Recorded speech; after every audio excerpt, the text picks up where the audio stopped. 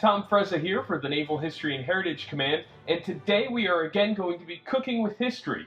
And the recipe we're going to be using comes out of the Cookbook of the United States Navy, the 1945 edition, and the recipe we're going to be focusing on today is for apple dumplings. Now, when you take a look inside this cookbook, there's actually several pages that have sample menus that you can go through.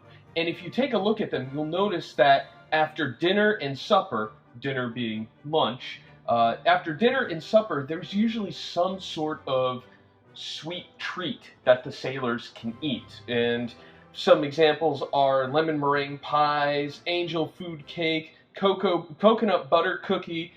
Now, the way that they were able to make these is that ships had their own bake shops that they could churn out these desserts in. They were part of the standard galley. So, one of the recipes, again, that we're focusing on today is for the apple dumplings. Now, I think apple dumplings and I think fall, but it's, again, a treat that probably made the sailors think about home as well, because who doesn't think some sort of apple dessert and not think of holidays at home? So it was probably a very sought-after dessert. So, the dessert, as we look at it, the original calls for 100 portions, and that is 100 dumplings in the original recipe. We've scaled it down, so we're going to go through the ingredients and tell you what the original amounts were, and then what the scaled down amounts are. So, ingredients. First off, flour. Originally 10 pounds. We've scaled it down to 3 2/3 cups. Salt, 6 tablespoons. Originally, we're using 1 1/8 teaspoon. Baking powder, originally 1 cup. We're using 1 1/4 tablespoon. Shortening, 3 pounds originally. We're using 5/8 of a cup. Next is milk. Originally 2 1/2 quarts. We're using 1 cup. Now, all of that goes into the dough mixture. The rest of it is the filling for the dumplings.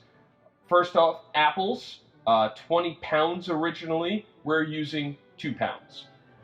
Next is cinnamon. Originally 1 1/2 cups. We're using 1 1/4 tablespoon.